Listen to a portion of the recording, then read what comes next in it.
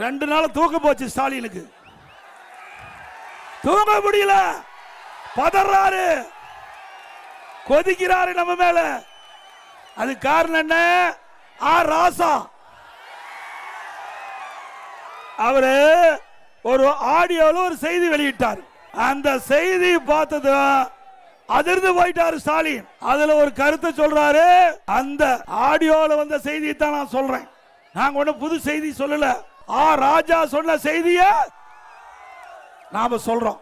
இது ஆடியோவில் வைரலா பரவி பரபரப்பா பேசப்படுகின்ற இந்த கருத்து. அதுல என்ன சொல்றாங்கன்னா, திரு ஸ்டாலின் திரு கருணாநிதி அவர்கள் உடல்நிலை சரியில்லா இருக்கும்போது வீட்டு சிறையிலே அடைக்கப்பட்டார் என்று சொல்றார். எதுல?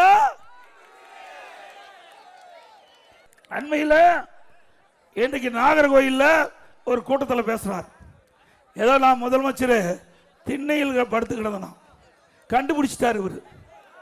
திரு ஸ்டாலின் அவர்களே, எப்பொழுது பார்த்தாலும் நீங்கள் பேசுவது நான் முத்துவேல் கருணாநிதியுடைய மகன் என்கிறார். முத்துவேல் கருணாநிதி திருட்டு ரயில் வந்தார். எங்களுக்கு சொல்ல தெரியாதா? நான் வடக்க வேணும். ஒரு முதலமைச்சர் இருக்கிறீங்க, ஒரு கட்சிக்கு தலைவரா இருக்கிறீங்க, பொறுப்போட பேச வேணும்.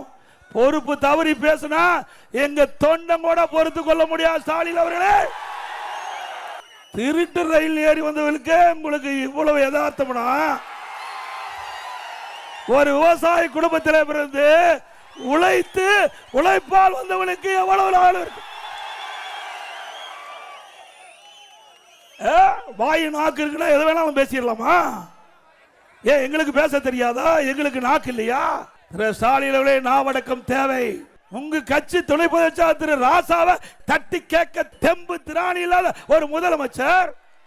ஆக ஒரு முன்னாள் முதலமைச்சர் திரு கலைஞர் அவர்கள் ஒரு அப்பாவையே வீட்டில் சிறையில் அடைச்சிருக்கிறா நாட்டு மக்களுக்கு என்ன கதி?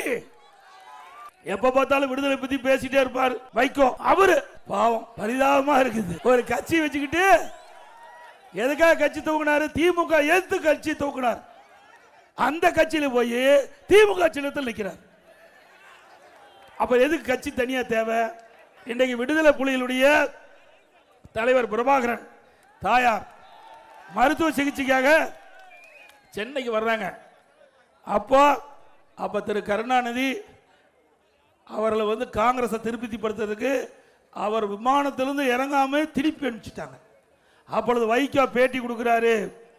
கலைஞர் கருணாநிதியின் இந்த என்ன துரோகம் வரலாற்றில் என்றுமே மன்னிக்க முடியாது, நெஞ்சம் கொதிக்கிறது, கண்ணீர் உறைந்து விட்டது அப்படின்னு வசனம் பேசுறார். இப்ப யாரோட கூட்டு? திமுக கூட்டு.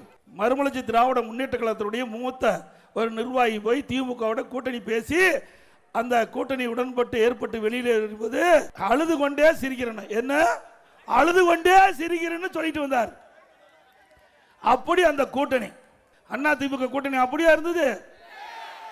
எங்களுடைய கூட்டணி வலிமையான கூட்டணி என்பதற்கு உதாரணம், எங்க கூட்டணி தலைவர்கள் அண்ணா திமுக தலைமை கட்சி அலுவலகத்தை சந்தித்தோம். பாரதிய ஜனதா கட்சி, பாட்டாளி மக்கள் கட்சி, அம்மா மக்கள் முன்னேற்ற கட்சி, எங்களுடைய கட்சியெல்லாம் தலைமை அலுவலகத்துக்கு வந்தாங்க. பேசணும் யாருக்கு எத்தனை தொகுதி என்று இன்றைக்கு பேசி முடிவு செஞ்சு 2 மணி நேரத்தில் அண்ணா திமுக தலைமை அலுவலகத்தில் அறிவிக்கப்பட்டோம்.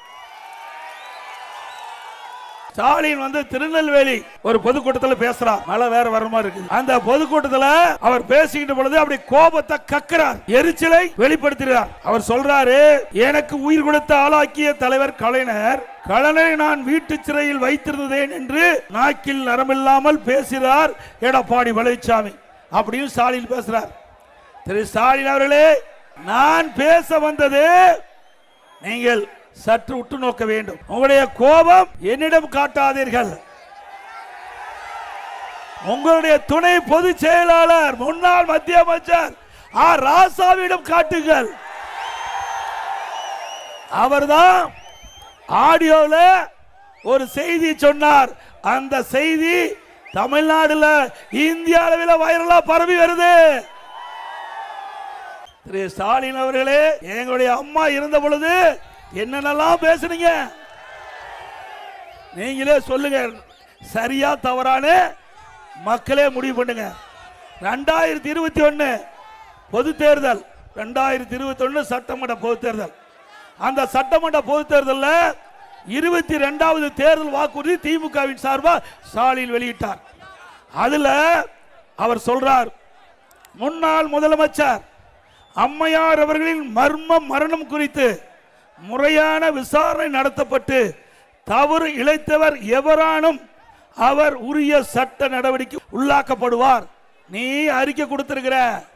இப்போ முன்னாள் முதலமைச்சர் திரு கலைஞர் அவர்கள் வீட்டு சிறையில் வைத்த அவர்களை சட்ட நீதியாக விசாரிக்கப்பட்டு அதில் உண்மை இருக்கும் பட்சத்தில் தகுந்த நடவடிக்கை அதிமுக அரசு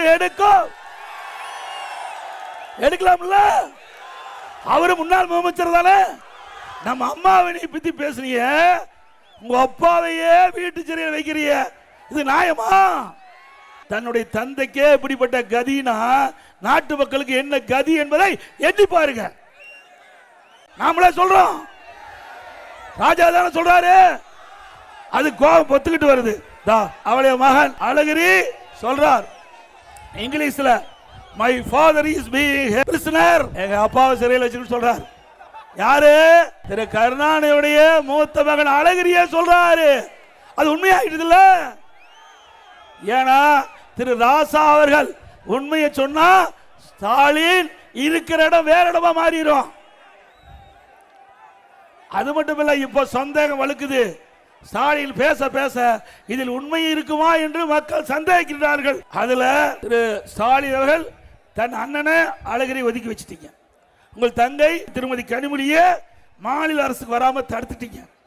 உங்கள் தந்தை கருணாநிதி இறுதி காலம் வரை உங்களை நம்பி எந்த ஒரு முக்கிய பொறுப்பும் கொடுக்கல, கட்சி தலைவர் பதவி கூட கொடுக்கல, செயல் தலைவர் தான் கொடுத்தார். அப்படி நம்பிக்கைக்கு பாத்திரமானவர் இன்றைய முதலமைச்சர் ஸ்டாலின். அண்ணா திமுக ஆட்சிக்கு வந்த உடனே திரு ராசா அவர்கள் இந்த ஆடியோவில் வெளியிட்ட செய்தியை விசாரணை மேற்கொள்ளப்பட்டு சட்ட நீதியாக நடவடிக்கை எடுக்கப்படும். முன்னாள் முதலமைச்சர் திரு கலைஞர் அவர்கள் வீட்டு சிறையில் வைத்த அவர்களை சட்ட நீதியாக விசாரிக்கப்பட்டு அதில் உண்மை இருக்கும் பட்சத்தில் தகுந்த நடவடிக்கை அதிமுக அரசு எடுக்கலாம்ல. அவரு முன்னாள் முதலமைச்சர் தானே. இன்னொரு கருத்தையும் ஸ்டாலின் சொல்றார், ஒரு களங்கத்தை என் மீது சுமத்தி இருக்கிறார்.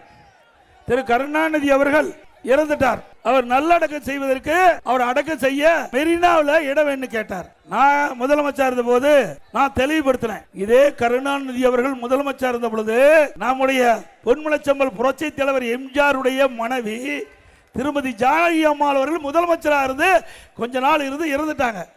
நாங்கள் அண்ணா திமுக சார்பாக கேட்டோம்.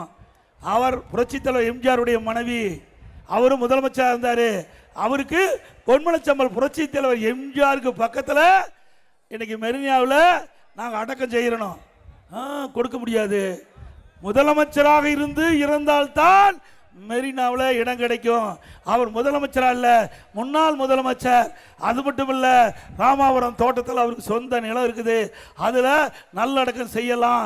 அரசாங்கத்தின் சார்பாக காவல்துறை மரியாதை செலுத்தப்படும் என்று அமைச்சரவையில் கூட்டத்தில் தீர்மானம் போட்டீங்க. அதுக்கு முந்தி பெருந்தலைவர் காமராஜர் அவர்கள் அவர் முதலமைச்சர் இருந்து நிறைய நாட்டு மக்களுக்கு நன்மை செஞ்சிருக்கிறார். இன்றைக்கும் பெருந்தலைவர் காமராஜுக்கு தமிழ்நாட்டில் தனி மரியாதை இருக்குது. அவர் எந்த கட்சியா இருந்தாலும் அதை பற்றி யாரும் பொருட்படுத்துவதில்லை. மக்களுக்கு சேவை செய்த ஒரு மனிதர் பெருந்தலைவர் காமராஜ் என்று இன்றைக்கும் மக்களால் போற்றப்படுகின்ற தலைவர். அவருக்கு மெரினாவில் ஒரு இடம் வேணும்னு திரு கருணாநிதி அவர்கள் முதலமைச்சர் இருந்த பொழுது நம்முடைய காங்கிரஸ் கட்சியிலிருந்து நம்முடைய கட்சியில் இணைந்த SR பாலசுப்ரமணியம் அவரோட 2 பேர் போய் திரு கருணாநிதி கேட்குறாங்க.